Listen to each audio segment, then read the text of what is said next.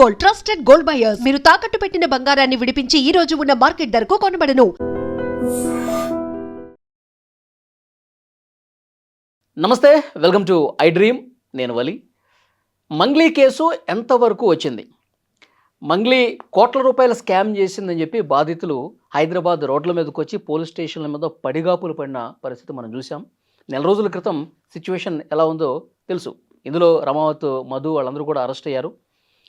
Advocate Subbu police స్టేషన్కి వెళ్ళి case పెట్టడం, బాధితులకి ఒక ధైర్యాన్ని ఇవ్వటం, ఇదంతా హల్చల్ చేసింది. ఆయన అక్కడ ఆ బాధితులు ఎవరైతే ఉంటున్నారో ఆ గూడెల్లో కూడా ఆయన వెళ్ళి వాళ్ళతో మాట్లాడొచ్చాడు. ఇప్పుడు రీసెంట్గా ఆ బాధితుల తరఫునే ముందుకు వచ్చి కొంతమంది మాట్లాడుతూ ఉన్నారు. అసలు ఈ కేసు ఏమైంది? బాధితుల పక్షాన నేను నిలబడతాను, ఇక్కడే నేను ఉంటాను, వాళ్ళకి న్యాయం జరిగే వరకు నా పోరాటం నేను చేస్తానన్న ఆ అడ్వకేట్ సుబ్బు ఏమైపోయాడు? అసలు పత్తా లేకుండా పోయాడు. అంటే ఏమన్నా డబ్బులకు అమ్ముడుపోయాడా? ఈ సంపత్ నాయక్ కూడా ఏం మాట్లాడట్లేదు. అసలు ఏం జరుగుతుంది? కేసు ఎంతవరకు వచ్చింది? న్యాయం జరుగుతుందా లేదని చెప్పి ఇప్పుడు కొంతమంది మీడియా ముందుకు వస్తూ ఉన్నారు. What is the real situation right now? దీని గురించి మనం మాట్లాడదాం. సోషల్ యాక్టివిస్ట్ శేఖర్ భాషా గారు ప్రస్తుతం ఉన్నారు, మాట్లాడదాం. భాషా గారు నమస్తే. భాషా గారు, మొన్న ఒక బాధితుల తరఫున వచ్చినటువంటి ఒక వ్యక్తితో ఇంటర్వ్యూలో మాట్లాడాను, అది మీరు కూడా చూసే ఉంటారు. సో ఏంటి సార్ ప్రజెంట్ సిచ్యువేషన్? అడ్వకేట్ బాధితుల తరపు నుంచి వచ్చినట్లేదు, మంగ్లీ తరపు నుంచి వచ్చినట్టున్నాడు ఆయన. ఆయన ఇంటర్వ్యూ వింటున్నంతసేపు ఆయన మంగ్లీ భజన చేస్తున్నట్టే అనిపించింది తప్ప నిజానికి బాధితుల తరపు అంటే మా కమ్యూనిటీ నుంచి ఒక సింగర్గా ఒక మంచి సెలబ్రిటీకి ఎదిగింది కాబట్టి సో ఆమె మేము ఆరాధిస్తాం. డెఫినెట్గా ఆమె స్కామ్ చేసిందా లేదన్నది బయటికి రావాలి కదా. ఆధారాలతో సహా పోలీసులు ఎప్పుడైతే బయట పెడతారో అప్పుడే ఆమె తప్పు చేసిందని నమ్ముతాం. అప్పటి వరకు కూడా మా కమ్యూనిటీ లీడర్గానే మేము చూస్తాం, లేనిపోయిన అభాండాలు ఇస్తే క్వశ్చన్ చేస్తాం అని చెప్తా ఉన్నాడు ఆయన. ఆ కమ్యూనిటీ వాళ్ళే కదా ఇప్పటిదాకా క్వశ్చన్ చేసింది ఆవిడ్ని. ఆ కమ్యూనిటీ వాళ్ళే కదా నష్టపోయింది ఇప్పటిదాకా. నువ్వు నేను నష్టపోలా. ఆ పలుగుతాండా, దేవరకొండ ఆ ఏరియాలో బోల్డంత మంది నష్టపోయారు కదా. ఊరికేదో నామకే వాస్తే ఎవడో ఏమీ చెప్పట్లా.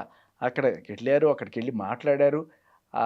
ఆవిడ వెళ్ళి మాట్లాడి రమావత్ మధుతో ఆవిడ ఆ ఇంట్లో కూర్చొని అక్కడికి ఈ జనాల్లో కొంతమందిని, ఆ పలుగుతాండా అనే జనాల్లో కొంతమందిని ఆ ఇంటికి రమ్మని చెప్పి అక్కడ కూర్చోబెట్టి, ఇదిగో మధు ఆయన దీంట్లో ఇన్వెస్ట్ చేయండి, మీకు బాగా డబ్బులు వస్తాయని చెప్పి ఈవిడ చెప్పినట్టుగా లేటెస్ట్గా ఒక ఎఫ్ఐఆర్ వచ్చింది. ఓకే, జూలై 2వ తేదీ, మొన్న 4 రోజుల క్రితం. మీరు అడిగారే ఏమైపోయింది కేసు, సుబ్బు ఏం చేస్తున్నాడు? అయితే మీడియాలో పోరాడడం అనేది, మీడియాలో ప్రభుత్వాన్ని ప్రశ్నించగలం మనం, న్యాయస్థానాల్లో కేసు మూవ్ చేయాలి, పోలీస్ స్టేషన్స్లో వాళ్ళకి ఆధారాలు చూపించాలి. సో ఆ పోరాటం ఆయన చేస్తున్నాడు. ఆయన చేసే క్రమంలోనే ఈ ఎఫ్ఐఆర్ కూడా అయింది. ఎవరైతే ఆ పలుకుతాండా ప్రజలు ఈయన్ని సంప్రదించారో సో వాళ్ళని తీసుకెళ్ళడం, వాళ్ళ తరపున అక్కడ కేసు అయింది. మీకు ఎఫ్ఐఆర్ పంపించాను చూడండి. ఓకే. సో సుబ్బు ఎక్కడ పోయాడు, కనిపించట్లేదు, ఏం చేస్తున్నాడు అంటే ఆ డౌట్ ఉన్న వాళ్ళ కోసమే నేను ఇది పంపించాను. సో ఆయన ఒకళ్ళే కాదు, ఓకే, ఆయన యాక్టివ్గా ఉండబట్టి రెండో కేసు కూడా నమోదైంది అంటారు, అంతేగా? ఆయన త్రూనే నమోదైందా జూలై 2వ తారీఖు కేసు ఎఫ్ఐఆర్? అంటే నేను ఆయనతో మాట్లాడా నిన్న. ఆ ఇంటర్వ్యూ అయిన తర్వాత ఇమ్మీడియట్గా నేను ఆయనకి ఫోన్ చేసి మాట్లాడా. ఏంటి ఇట్లా మీ మీద ఏదో వస్తున్నాయి, మీరేదో 20 లక్షలు తీసుకొని లాలూజీ పడిపోయారని ఏదో మాట్లాడుతున్నారు అంటే, కావాలనే అంటే మంగ్లీ భజన చేయడానికి ఇతను వచ్చాడండి అని చెప్పి ఆయన ఏదో చెప్పుకున్నాడు ఆయన వర్షన్. బట్ తర్వాత మరి ఏంటి స్టేటస్ ఏంటి అని అడిగినప్పుడు, ఒకవేళ నేను అదే లాలూచి పడిపోతే నేను ఎందుకు మళ్ళీ ఇంకొక కేసు టేకప్ చేస్తాను, ఇవాళ అది ఎఫ్ఐఆర్ అయింది చూడండి అని చెప్పి ఆయన పంపించాడు. మీకు అది నేను పంపిస్తున్నాను చూడండి. So he's not resting.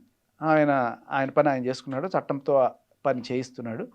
కాకపోతే నేను ఇక్కడ నాకు చిన్న క్వశ్చన్ ఉంది. ఇప్పుడు జూలై 2వ తారీఖు రెండోసారి ఆయన ఎఫ్ఐఆర్ ఆయన ప్రమేయంతోనే నమోదైంది, నేను ఈ కేసులో యాక్టివ్గానే ఉన్నాను, ఏం చేయాలో అది చేస్తానని అన్నప్పుడు ఈ రెండో కేసుకు సంబంధించి అప్డేట్స్ ఇవ్వాల్సినటువంటి అవసరం లేదు ఆయనకి? మీడియా ముందుకు వచ్చి ఇది మంగ్లీ కేసు, ఇది లేటెస్ట్గా బాధితులు, నాకు కొన్ని సాక్ష్యాలు బాధితులు చెప్పింది నేను విన్నాను, మళ్ళీ కొత్తగా ఇంకో కేసు పెట్టాను, కొత్త బాధితులు వచ్చారు, నేను అదే ఎందుకు మాట్లాడలేదు ఆయన? నేను అదే అడిగా.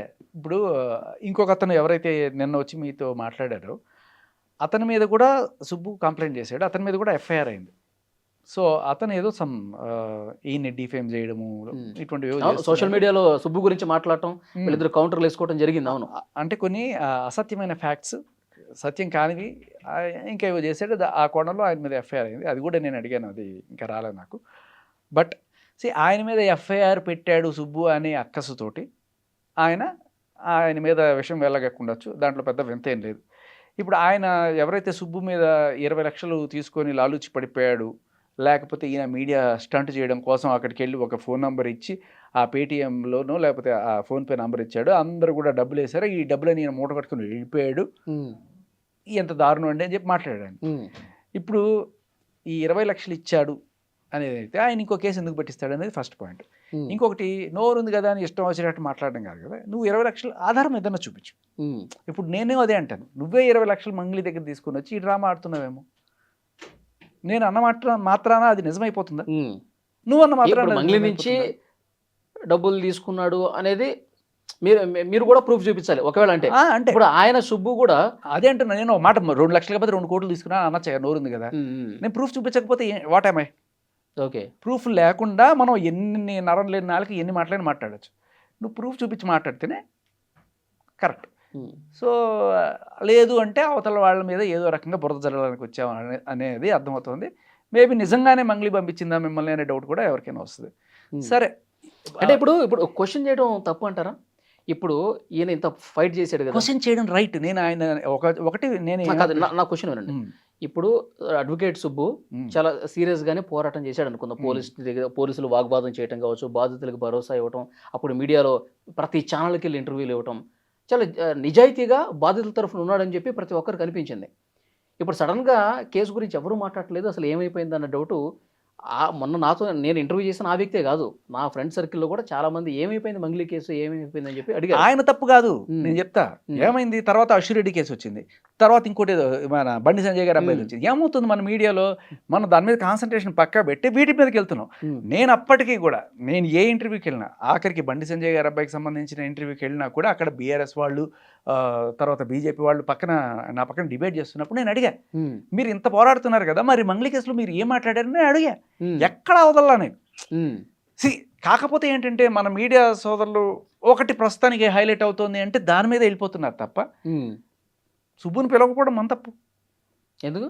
నేను ఎన్నిసార్లు ఫోన్ చేశాను సుబ్బుకి, నేను ఎన్నిసార్లు ఫోన్ చేసి ఇంటర్వ్యూ చేద్దాం రండి సార్, ఇప్పుడు స్టేటస్ అంటే ఒకసారి మనం మీడియాకి చెప్దాం అంటే నేను అడిగా. ఆయన నా ఫోన్ కట్ చేసి కాల్ బ్యాక్ కూడా చేయని సందర్భాలు చాలా ఉన్నాయి.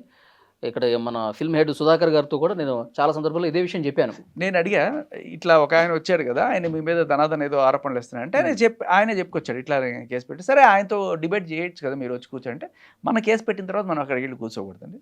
సో ఆయనకి ఏదో అడ్వకేట్ ఎథిక్స్ ఏవో ఉంటాయి, అదొకటి. బట్ నిన్న ఆయన అడిగిన మాటల్లో ఇప్పుడు ఎవరైనా సరే అడగచ్చు, అయ్యా నువ్వు ఆ రోజున నీ ఇన్స్టాగ్రామ్లో ఒక ఫోన్పే నంబర్ పెట్టావు, దానికి బోల్డ్ డబ్బులు వచ్చి ఉంటాయి, ఆ డబ్బులని ఏం చేసావో లెక్క చెప్పాల్సిన బాధ్యత నీ మీద ఉంది అని చెప్పి నువ్వైనా అడగాలి, నేనైనా అడగచ్చు, తప్పులేదు. ఆయన ఏదైనా చేస్తాడు అనుకుంటే ఓకే. నేను అడిగాను, ఆయన అడిగిన మాట నేను కూడా అడిగాను. సార్ 7,000 వచ్చినాయి సార్, తర్వాత ఎవడు పట్టించుకోలేదు అది. సో మీరు అది ఆయన ఇచ్చాడో లేదో, ఆయన ఏం చేశాడంటే మనం ఇప్పుడు ఆ రోజు ఆ తండాలోకి అడ్వకేట్ సుబ్బుతో పాటు మీరు కూడా వెళ్ళారు. అవును, ఆ రోజు వాళ్ళతో రాత్రి సమయంలో ప్రతి ఇంటికి వెళ్తాం, మాట్లాడటం మీరు ప్రత్యక్షంగా చూశారు. అయితే ఆ ముసలావిడ, ఆ వీడియో నేను కూడా చూశాను, ముసలావిడ వాళ్ళ కొడుకును కోల్పోయిందా ఆ రోజు? కొడుకు. ఆమె చాలా బాధపడుతుంటే మీకు నేను అండగా ఉంటాను అని చెప్పి సాయం చేయండి అని చెప్పి ఆయన సెల్ఫీ వీడియో తీశాడు, అకౌంట్ నెంబర్ కూడా పెట్టాడు. పెట్టినప్పుడు అది అసలు దాంట్లో ఎంత వచ్చింది ఏంటి, ₹1 రానివ్వండి, ₹100 రానివ్వండి, ₹1,00,000 రానివ్వండి, ఎంత వచ్చినా సరే ఇదిగో ఇంత వచ్చిందని చెప్పి సరే ఆ తండాకెళ్ళి వాళ్ళకి ఇవ్వటం సంగతి పక్కన పెట్టండి, దానికి కంటిన్యూట్ వీడియో ఒకటి చేస్తే బాగుండేది కదా. ఖచ్చితంగా ఈ విషయంలో నేను ఆ రోజు ఆ తండాలోకి వెళ్ళి ఆ అమ్మతో మాట్లాడాను, నా అకౌంట్ నెంబర్ పెట్టాను, ఇన్ని డబ్బులు వచ్చినాయి అని చెప్పి కనీసం స్క్రీన్ షాట్ లేకపోతే ఒక చిన్న వీడియో దాని గురించి చేసి, నేను ఈ డబ్బులు నిజాయితీగా ఆ డబ్బులు వాళ్ళకి చెందాల్సినవి కదా, వాళ్ళు బాధలో ఉన్నారు కదా, వాళ్ళకి అప్పగిస్తానని చెప్పి ఒక వీడియో చేయాల్సి ఉండే కదా. వీళ్ళు క్వశ్చన్ చేసే వరకు ఆయన చెప్పకపోవటం ఏంది, అడిగితే 7,000 వచ్చినాయి అనటం ఏంది, ఇక్కడ జెన్యూనిటీ ఏదో మిస్ అవుతుంది అనేది వాళ్ళ డౌట్. నేను అనుకునేది ఏంటంటే 7,000 తీసుకెళ్ళి ఇవ్వడంలో పెద్ద ఉపయోగం ఉంటుంది, ఓ 50,000 60,000 ₹1,00,000 వచ్చిన తర్వాత ఇద్దామని వెయిట్ చేస్తున్నాడేమో అనుకుంటున్నాను. ఇదిగోండి అమ్మా 7,000 తీసుకోండి అంటే ఏ పక్కకు వస్తుంది వాళ్ళకి. సో రానివ్వండి, డబ్బులు రానివ్వండి, ఒక 50,000 లంచంగా ఇస్తే వాళ్ళ మొక్కల్లో కూడా ఒక ఆనందం ఉంటుంది అని వెయిట్ చేస్తున్నాడు, కాస్త డబ్బులు వస్తాయనేమో అని. మేబీ 7,000 తీసుకెళ్ళా లేకపోతే ₹1 వచ్చిందని తీసుకోండి అని చెప్తే దానికి ఏ రకమైన వాల్యూ ఉంటుంది.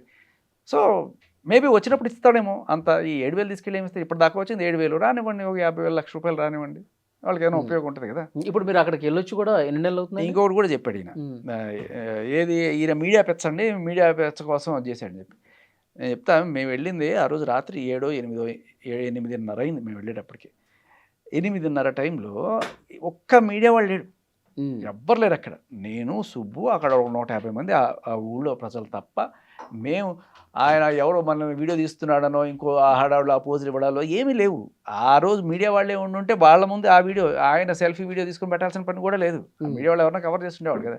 మీడియా వాళ్ళందరూ పొద్దున్న వచ్చి వెళ్ళిపోయారు అక్కడికి చాలామంది. బట్ ఆ రోజు సాయంత్రం వెళ్ళింది నేను, సుబ్బు.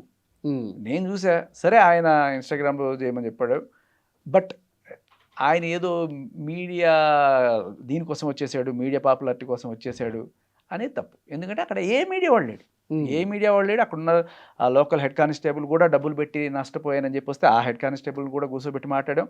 ఆ ఊళ్ళో జనాలందరికీ కూడా సర్ది చెప్తున్నాడు ఆయన, ఎలా చేయాలి, ప్రొసీజర్ ఏంటి, అందరూ కలిసి కంప్లైంట్ ఎలా చేయాలి, పోలీస్ స్టేషన్లోకి వెళ్ళి ఇవి లీగల్ ఫార్మాట్ ఏంటి అన్నీ చెప్పుకొచ్చాడు ఆయన. వాళ్ళందరినీ కూర్చోబెట్టి దాదాపు ఒక 1.5 గంట సేపు మాట్లాడి తర్వాత మేము బయలుదేరాం. దీంట్లో ఆయనకు వచ్చిన పబ్లిసిటీయో లేకపోతే ఇంకోటో ఏం లేదు అక్కడ. ఓకే, మేమిద్దరం వెళ్ళాం. ఇంకా ఆయన మాట్లాడుతున్నప్పుడు కూడా నేను వీడియో తీయలే, నేను పక్కన ఉండి కూర్చొని చూస్తున్నా. లేదు లేకపోతే ఆయన మాట్లాడేది క్యాప్చర్ చేసి నేను అదేదో ఫేస్బుక్లో పెట్టా, దానికోసం కూడా కాదు కదా. ఆ వీడియో కూడా ఎందుకు తీసామంటే పాపం వాడికి ఏదైనా న్యాయం జరుగుతుంది అని చెప్పి ఆయన తీశాడు. నాకు కూడా బాధ అనిపించింది.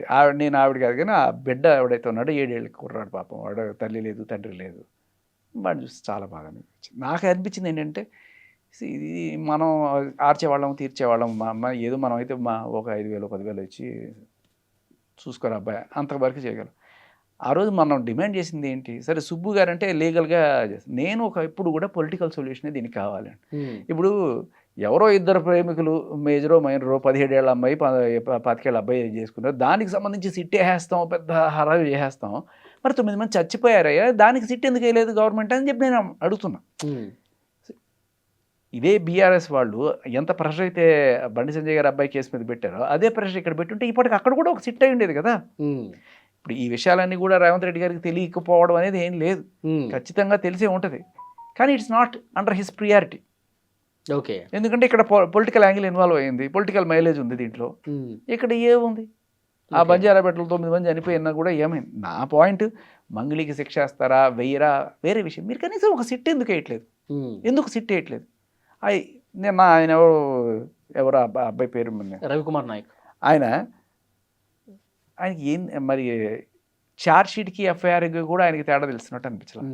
ఎందుకంటే ఈఓడబ్ల్యూ డీసీపీ గారు ఆ కేసు వాళ్ళ దగ్గరికి వచ్చిన 2వ రోజు ఎవరో రిపోర్టర్ వెళ్తే వాళ్ళతో మాట్లాడుతూ ఇప్పుడు దాకా మాకేం తెలియలేదండి, ఇప్పటిదాకా తెలియలేదండి, ఎందుకంటే వచ్చిన 2వ రోజు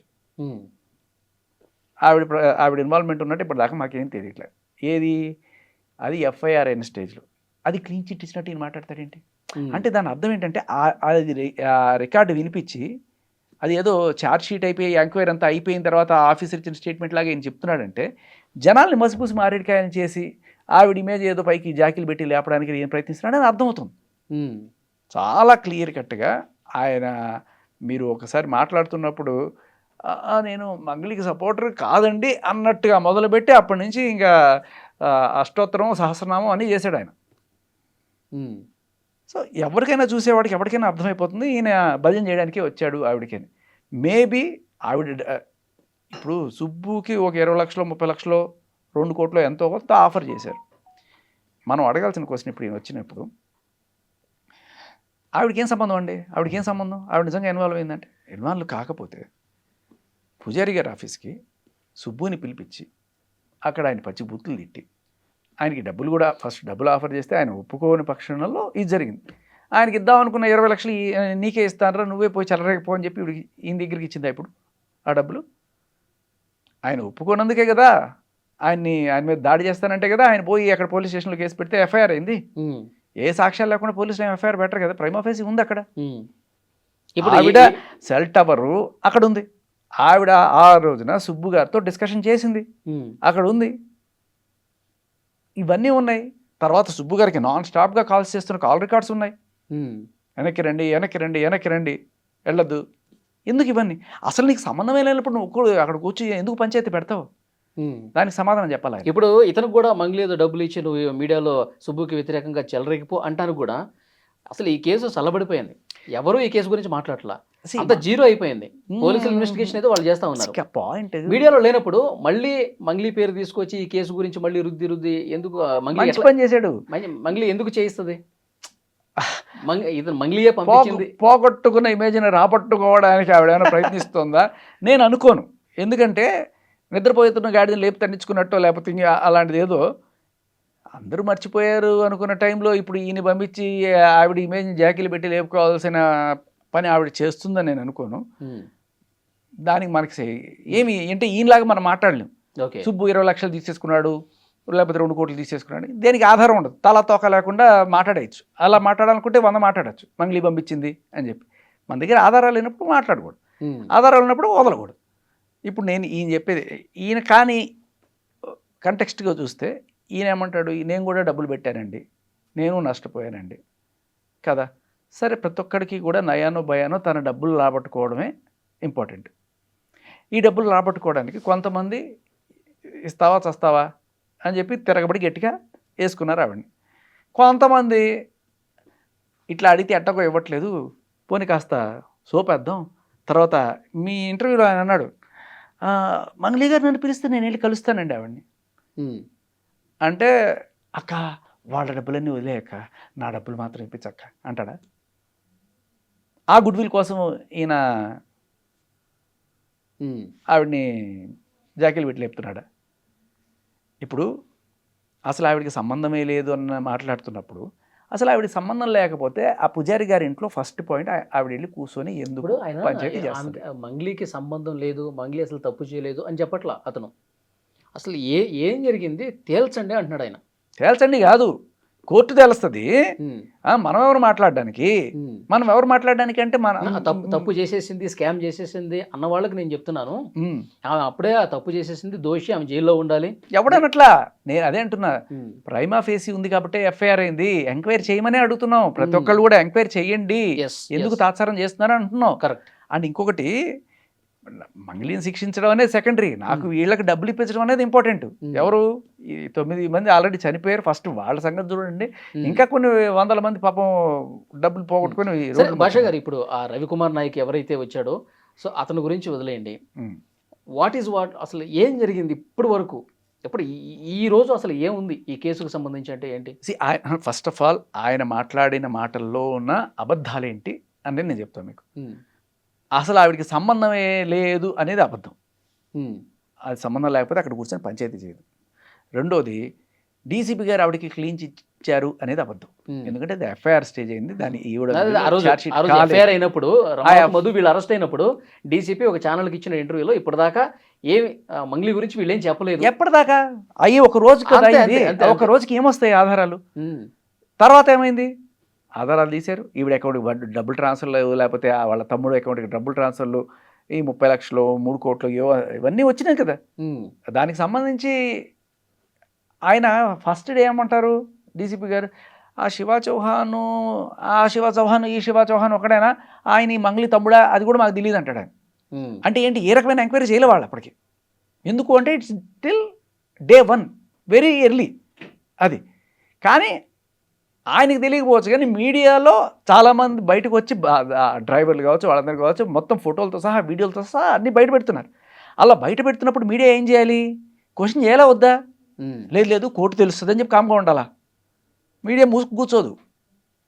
నువ్వు చెప్పావని చెప్పి మీడియా క్వశ్చన్ చేస్తుంది, గవర్నమెంట్ని ప్రశ్నిస్తుంది. ఎందుకు నువ్వు సిట్ అయ్యావు? చచ్చిపోతున్నారు మనుషులు, ఎందుకు వేయట్లేదు? దీని వెనకాల నువ్వు ఉన్నావా? సిట్ అయ్యకపోతే ఏమనిపిస్తుంది? బండి సంజయ్ గారి అబ్బాయి కేసులో అంత ఈజీగా అలా వేసేసినావు నువ్వు, దీంట్లో వేయడానికి ఏం కష్టం వస్తుంది? ఆ ఈఓడబ్ల్యూ డీసీపీ గారు ఏం తెలియదని మాట్లాడుతున్నారు కదా రెండో రోజే. సరే, టైం పడుతుంది, కాదనట్లా. ఇప్పుడు మన దగ్గర ఇన్ఫర్మేషన్ లేనప్పుడు ఏమని మాట్లాడతాం? ఓకే, ఇన్ఫర్మేషన్ లేనప్పుడు ప్రెస్ మీట్ పెట్టడం. ఇప్పుడు ఈ కేసుని నీరుగార్చే ప్రయత్నం జరుగుతోంది అన్న అనుమానం ఉందా మీకు? అనుమానం ఉందా అంటే ఖచ్చితంగా ఇవాళ దాకా ఏమి రాలేదు. మీరు అంటున్నట్టు పోలీసులు చిట్టేయట్లేదు, అసలు కేసు ఎంతవరకు వచ్చింది పోలీసులు ఎందుకు వేస్తారు సిట్టు? గవర్నమెంట్, మన ప్రభుత్వం వేయాలి. అదే గవర్నమెంట్ వేస్తే పోలీసులు కదా పనిచేసేది. అవును మరి ఇంతవరకు అది లేదు కదా. అవును. మా అనుమానం ఉందా అంటున్నా, అందుకే లైట్ తీసుకోండి ఈ కేసు అని. లేదు, ఎందుకు అంటే పోలీసుల చేత సరిగ్గా పని చేయించే బాధ్యత మీడియాది. మీరు సరైన ప్రశ్నలు లేవనెత్తారు కాబట్టి ఆ రోజు ఏమైంది, బండి సంజయ్ గారి అబ్బాయి కేసులో ఎఫ్ఐఆర్ కూడా మారిపోయింది. ఫస్ట్ పెట్టిన ఎఫ్ఐఆర్ కాస్త రెండోసారి వేస్తారు, సెక్షన్ బలంగా అయిపోయినాయి కదా. ఎందుకు? మీడియా గట్టిగా, మీడియాలో లేకపోతే అపోజిషన్ పార్టీను ఓకే ప్రశ్నించారు గట్టిగా. ఓకే ఇక్కడ ఇప్పుడు ఇది నర్సింగ్ పిఎస్లోనే కదా సార్ ఉంది ఏది మంగ్లీ కేసు? కాదు కాదు, ఇవి ఇప్పుడు మీకు నీకు పంపించింది ఇది పలుకుతాండా పిఎస్. కాదు, ఇప్పుడు జూలై 2వ తారీఖు లేటెస్ట్ అది కాదు, మొదటి నుంచి ఎంక్వైరీ జరుగుతుంది. లేదు, నార్సింగ్ పిఎస్లో ఈవిడెళ్ళి పెట్టింది, నన్ను ఏదో అబాస పాలు చేసి. పంజాగుట్ట పిఎస్, పంజాగుట్ట పిఎస్లో సుబ్బు పెట్టిన కేసు ఉంది. ఓవరాల్గా ఈ మంగ్లీ కేసు ఎంక్వైరీ ఎక్కడ జరుగుతుంది అంటున్నా నేను? ఈఓడబ్ల్యూలో ఉంది. ఈఓడబ్ల్యూలో డీసీపీ గారి చేతిలో ఉంది. ఎకనామిక్ అఫెన్స్ వింగ్, ముత్యం రెడ్డి గారు అనుకుంటా ఆయన పేరు. సో ఆయన తేల్చి చెప్పాలి. ఈ లోపల ఈయన వచ్చేసి ఒక చిన్న కాల్ రికార్డ్ వినిపించేసి ఏది ఆయన ఎంక్వైరీ రోజున ఫస్ట్ చెప్పి దాన్ని వక్రీకరించడం ఉంటారు. మనకు తెలియని వాళ్ళు అనుకో, అవునా పాపం డీసీపీ గారు క్లీన్ చిట్ ఇచ్చేసారు కదా అనుకుంటాం. కానీ అక్కడ జరిగింది ఏంటంటే ఆయన డే 1 చెప్పిన మాట చార్జ్ షీట్ అని మాట్లాడతాడు ఈ అబ్బాయి. అడ్వకేటు, హైకోర్టు అడ్వకేట్ అనేవాడు హైకోర్టు సపరేట్గా ఉన్నాడు, అడ్వకేటు సపరేట్గా. ఈయనకి అన్నీ తెలిసినట్టు. సుప్రీంకోర్టులో వకాలత వేయాలంటే నీకు ఒక స్టాండ్ అనేది, ఒక 5 ఏళ్ళ ఎక్స్పీరియన్స్ ఉండాలి, దానికి ఒక ఎగ్జామ్ ఉండాలి, అది పాస్ అవ్వాలి, ఇవన్నీ ఉంటాయి. ఎవడు పడితే వాడు వెళ్ళి వకాలత వేయలేడు, ఎక్కడ పడితే అక్కడ వాదించలేడు. సరే, ఇవన్నీ ఉంటాయి. ఏదో ఆయన మీద కేసు పెట్టాడని అక్కస్తోటి సుబ్బుని వేసుకోవడం సరే. కానీ ఇక్కడ మంగ్లీ గారిని జాకిలు పెట్టి లేపడం వెనకాల నాకేమనిపిస్తుంది అంటే, ఒకనొక టైంలో మంగ్లీ గారిని కూడా వెళ్ళి కలుస్తా ఆవిడ అవకాశం ఇస్తే అంటే ఆయన డబ్బులు ఏదైనా రాబట్టుకోవడానికి అక్క మిగతా వాళ్ళ సంగతి వదిలే నాకు ఎంతో కొంత ఇప్పించు. ఎందుకంటే అరే నాకేం సంబంధం రా, రామావతి మధు తీసుకున్నాడు లేకపోతే ఆ బాలాజీ నాయక్ తీసుకున్నాడు, నన్ను వచ్చి అడుగుతారంటే ఆవిడ సంబంధం లేదు అనడానికి లేదు. వాళ్ళకి సంబంధాలు గట్టిగా ఉన్నాయనేది గట్టిగా ఎస్టాబ్లిష్ అయింది బయట. ఇప్పుడు ఈ ఎఫ్ఐఆర్ కూడా అదే చెప్తుంది కదా. సాక్షాత్తు ఈవిడే వెళ్ళి రామావతి మధు ఇంట్లో కూర్చొని వీళ్ళందరినీ కూడా పిలిపించి దీంట్లో ఇన్వెస్ట్ చేయండి, ఆవిడ ఇన్వెస్ట్ చేయమంది, మనం ఇన్వెస్టిగేట్ చేయమని అడుగుతున్నాం. సో ఆ ఎఫ్ఐఆర్ సారాంశం నేను చెప్తున్నా. నేను చూడలే వెళ్ళి, ఎప్పుడు చూడడం, నువ్వు నేను చూడడం. బట్ ఎఫ్ఐఆర్ అయినప్పుడు ఆ ఎఫ్ఐఆర్ని పట్టుకునే కదా మీడియా మాట్లాడేది. మాట్లాడద్దు, కోర్టులో అంతా అయిపోయిన తర్వాత మాట్లాడండి అంటే ఇంక ఎవరు దేని గురించి ప్రశ్నించకుండా అది తప్పు. తెలియకపోతే తెలుసుకోవాలి. ఆయన రవికుమార్ అని ఆయన ఖచ్చితంగా మాట్లాడతారు, న్యాయం జరిగే వరకు మాట్లాడతారు. ఇంకొకటి ఆయన పేరేంటి, ఇంద్ర ఏదో రెడ్డి, ఎవరు దొంగ, వాడు దొంగ అని చెప్పి ఏదో మాట్లాడి, ఇంకొక ఆయన పేరు హిమకాంత్ రెడ్డి. హిమకాంత్ రెడ్డి దగ్గరే ఉన్నాయి డబ్బులు, హిమకాంత్ రెడ్డి దగ్గరే ఉన్నాయి డబ్బులు. ఇప్పుడు ఈ మల్టీ లెవెల్ మార్కెటింగ్ ఎట్లా ఉంటుందంటే, నువ్వు ఒక ముగ్గురిని తీసుకురా, ఆ ముగ్గురు దగ్గర నుంచి నువ్వు డబ్బులు తీసుకొచ్చి నాకు ఇచ్చావు, నేను పెద్ద బాస్ అనుకో, నువ్వు హిమకాంత్ రెడ్డి అనుకో, నువ్వేం చేస్తావు, ఒక 10 మందిని పట్టుకొస్తావు, నువ్వు ఛాంపియన్, నీకు గోల్డ్ మెడల్ ఇస్తా, స్పెషల్ మెంబర్ అంట, గోల్డ్ మెంబర్ అంట. ఈ 10 మంది ఏం చేస్తారు, ఈ 10 మంది ఒక్కొక్కడు ఇంకొక 10 మంది పట్టుకొస్తారు. సో దీంట్లో ఆఖరిని ఎవడైతే ఉంటాడో వాడికి ఎవడు వెళ్ళను, వాడు జస్ట్ పయ్యాడు, నేను నీకు కదా ఇచ్చాను, నువ్వు నాకు. ఇలాగే డిమాండ్ చేయడం వల్ల ఆ రోజున ఆ అబ్బాయి వాళ్ళ నాన్న చనిపోయాడు. వాళ్ళు ఏం చేశారు, వీళ్ళ దగ్గర నుంచి డబ్బులు తీసుకొని, ఇదిగో నువ్వు తీసుకో, నువ్వు తీసుకో, నువ్వు తీసుకో, నువ్వు తీసుకో అని చెప్పి అట్లా మారుతూ హిమకాంత్ రెడ్డి దగ్గరికి వచ్చి, హిమకాంత్ రెడ్డి దగ్గర నుంచి నెక్స్ట్ కింగ్ పిన్ ఎవరు, మధు దగ్గరికి వెళ్ళింది. ఈయనకేంటి ఇప్పుడు, మధుని కాపాడాలి. సో కాబట్టి హిమకాంత్ రెడ్డి దగ్గర డబ్బులు ఉన్నాయి. హిమకాంత్ రెడ్డి దగ్గరే డబ్బులు ఉంటే ఆయన ఎందుకు జనాలందరినీ వేసుకొని పోలీస్ స్టేషన్ చుట్టూ అక్కడ తిరుగుతాడు? ఒకవేళ ఉంది అంటే అది కూడా ప్రూవ్ చేయి. నువ్వు ఏ ఆధారం లేకుండా నువ్వు మాట్లాడడానికి లేదు. అదే నేను అడిగేది. ఇప్పుడు హిమకాంత్ రెడ్డి ఈయన క్లయింట్ అవ్వచ్చు, ఎవరికి సుబ్బుకి క్లయింట్ అయి ఉండొచ్చు ఖచ్చితంగా. ఎందుకంటే ఆ రోజున హిమకాంత్ రెడ్డే ఒక 10 మందినో 20 మందినో పోలీస్ స్టేషన్ తీసుకొచ్చారు, మాకు అన్యాయం అయిపోయిందని చెప్పి రోడ్డును పడ్డారు. ఈయన దగ్గరే డబ్బులు ఉంటే వీళ్ళందరూ పెట్టుకుని రోడ్లు పడే పరిస్థితి ఆయనకేంటి? అంత డ్రామా చేస్తాడని అయితే నేను అనుకోను. ఇప్పుడు జూలై 2వ తారీఖు కొత్త ఎఫ్ఐఆర్ గురించి ఏమైనా ఇన్వెస్టిగేషన్ స్టార్ట్ అయిందంటారా? ఉన్నాయండి పేరుకి ఎఫ్ఐఆర్లు ఇక్కడ ఒకటి అక్కడ ఒకటి అక్కడ ఒకటే ఉన్నాయి. అందుకే నేను అంటాను ఇవన్నీ కలిపి ఒక సిట్ వేస్తే ఈజీ అవుతుంది కదా, తొందరగా ఫినిష్ అవుతుంది కదా దర్యాప్తు అని. ఒకసారి పోలీసులతో మాట్లాడాలి సార్. అంటే ఎంతవరకు వచ్చింది ఇన్వెస్టిగేషన్ అనేది, పోలీసులు ఏమైనా ఇన్ఫర్మేషన్ ఇస్తారేమో, ఒకసారి మాట్లాడితే కానీ తెలుస్తుంది ఎంతవరకు సీరియస్నెస్ ఉంది, ఎంతవరకు వచ్చింది. అదే ఇప్పుడు మంగ్లీ పాత్ర గురించి ఏమైనా తేల్చారా? సో ఇప్పుడు ఏంటంటే ఈ ఎఫ్ఐఆర్కి సంబంధించి ఆ పోలీస్ స్టేషన్లో అడగాలి, మళ్ళీ ఫస్ట్ సుబ్బు గారు పెట్టిన ఎఫ్ఐఆర్ గురించి ఇక్కడ పంజగుట్లో అడగాలి, ఇంకా తర్వాత ఈఓడబ్ల్యూలో పెట్టిన కేసు గురించి ఆయన ముత్యం రెడ్డి గారిని అడగాలి మనం పోయి. ఇలా ఉంది పరిస్థితి. ఎవరన్నా వెళ్ళి అడిగితే ఓకే. ఇప్పుడు మనకేంటంటే వేరే వేరే కేసులు వచ్చేసినాయి, మూవ్ ఆన్ అయిపోయాం మనం. అడగట్లే ఎవరు, గుడ్ ఎవరో ఒకళ్ళు వచ్చారు, ఇట్లా మంచికో చెడుకో ఒక డిస్కషన్ మళ్ళీ స్టార్ట్ అయింది. నేను అందుకని అప్రిషియేట్ చేస్తాను ఆయన. ఇప్పుడు నేనేమంటానంటే ఇప్పుడు ఆయన అన్ని అబద్ధాలు చెప్తున్నాడు అనేది మీరు అంటున్నారు, సాక్ష్యాలు లేకుండా. అవును, కరెక్టే, మీరు చెప్పింది కరెక్టే. ఇప్పుడు మీరు కూడా నువ్వు మంగ్లీ పంపించిందని వచ్చావా, మంగ్లీ ఏమైనా డబ్బులు ఇస్తే తీసుకున్నావా, లేదంటే మంగ్లీని కలవటానికి ఏదైనా ప్రయత్నమా అని మీ డౌట్స్ కూడా మీరు వ్యక్తం చేశారు. సో నేను ఆ రోజు అతనితో చెప్పాను, నువ్వు ఎవరైతే డబ్బులు ఇచ్చారో వాళ్ళు మాట్లాడటానికి ముందుకు వస్తున్నారు అంటున్నావు కదా, వాళ్ళకి ఇద్దరిని తీసుకురా, శేఖర్ భాషా గారు లేకపోతే ఇంకో ఉమెన్ యాక్టివిస్ట్ ఎవరన్నా ఉంటారు, ఒక డిబేట్ పెడదాం, మళ్ళీ వాస్తవాలు ఒకసారి ప్రజలకు తెలియాలి, వాట్ ఏం జరుగుతుంది ఏంటనేది, లేటెస్ట్ కేసు గురించి కూడా మీరు మాట్లాడతారు. సో ఒక డిబేట్ పెడదాం సార్, ప్లాన్ చేద్దాం. నేను ఇంకా నాకు మొత్తం గుర్తులేదు, ఆ ఇంటర్వ్యూలు గుర్తున్నంత వరకే నాకు చూసి చెప్తున్నాను. బట్ ఆ ఇంటర్వ్యూ దాంట్లో అదే అంటున్నా, చాలా వరకు తోకం చూపించి ఇది పులి అన్నట్టుగా నేనేదంటున్నా. ఇప్పుడు ఆయన ఎదురుగా మీ ఉంటే ఆయన డౌట్ లేవో ఆయన చెప్తాడు, ఆయన క్వశ్చన్స్ ఏవో ఆయన వేస్తాడు, దానికి పర్ఫెక్ట్గా మీరు ఇచ్చే కౌంటర్ మీరు ఇవ్వండి. అంతిమంగా ఏంటంటే బెస్ట్ రిజల్ట్ రావాలి, వాస్తవాలు ప్రజలకు తెలియాలి, ఖచ్చితంగా నష్టపోయిన బాధితులకు తెలియాల్సిన అవసరం ఉంది ఖచ్చితంగా. ఇప్పుడు ఇంకొకటి కూడా చెప్తున్నా, ఇప్పుడు సరే సుబ్బి గారి ఫైట్ అయింది, నా ఫైట్ అయినా మీ ఫైట్ అయినా ఎవరైనా సరే బాధితులకి న్యాయం జరగాలి అనుకున్నప్పుడు మంగ్లీని శిక్షిస్తారా, లేకపోతే ఇది కాదు మన మోటివ్.